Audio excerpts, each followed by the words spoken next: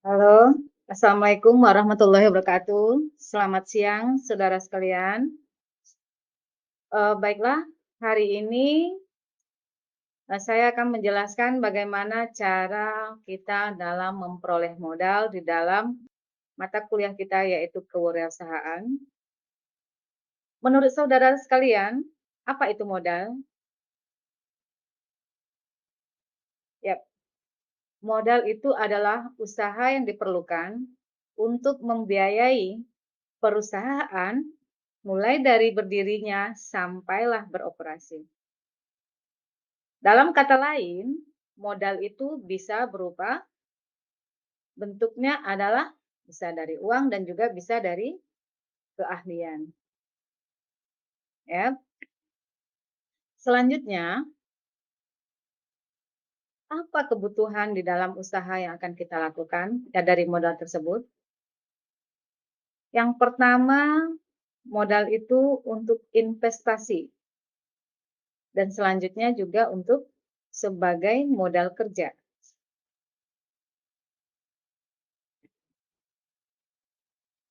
Menurut saudara, apakah modal itu hanya uang saja atau juga dari keahlian?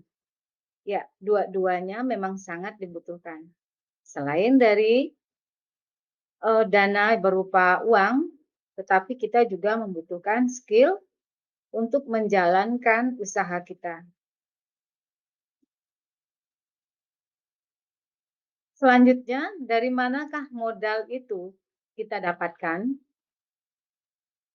Yang pertama, kita dapatkan modal itu dari dana pribadi kita, yaitu dana yang kita miliki, dana orang tua, dan juga dana kita berpartner dengan teman, selanjutnya juga dari dana hibah.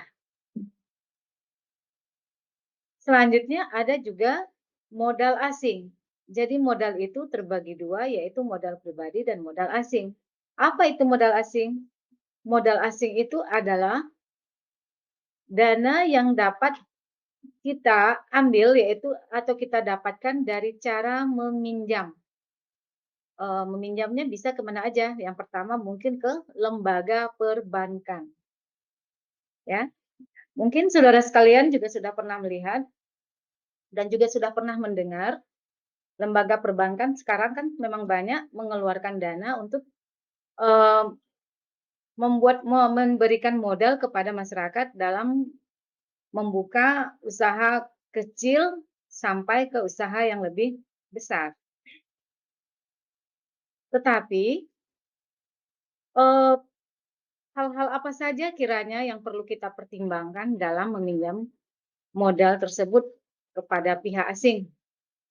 Yaitu yang pertama yang perlu kita pertimbangkan adalah tujuan perusahaan kita ini apa? Apa tujuan usaha kita? Kalau sekiranya kita sudah menentukan tujuannya, pasti kita sudah bisa melihat apakah kita butuh dana atau tidak. Yang kedua, lihatlah masa pengembalian pinjamannya. Pinjamannya lama atau bagaimana? Terus, biaya yang harus kita keluarkan. Berapa yang harus kita keluarkan dari biaya peminjaman dan juga berapa yang harus kita keluarkan untuk dana yang akan kita lakukan dalam berjalannya usaha kita. Selanjutnya estimasi keuntungan jangan lupa kita hitung. Dan selanjutnya adalah dari segi kita meminjamkan modal kepada modal asing dan modal sendiri, semuanya punya kelebihan dan kekurangannya masing-masing. Kelebihan dari modal kita sendiri, kita tidak perlu terburu-buru dan tidak perlu memikirkan suku bunganya. Sedangkan kelebihan dari modal asing itu adalah, kita bisa berusaha mengembangkan usaha kita dengan dana yang tanpa batas ketimbang dari modal kita sendiri yang mungkin terbatas. Dan itu juga, eee, kekurangannya juga banyak sekali di modal kita sendiri, kita tidak perlu memikirkan suku bunga, terus mungkin kerugian mungkin kita tidak begitu, eee, terlalu memikirkan. Sedangkan kekurangan dari modal asing, kita harus memikirkan, suku bunga yang akan kita bayar, kalau jatuh tempo gimana kerugiannya.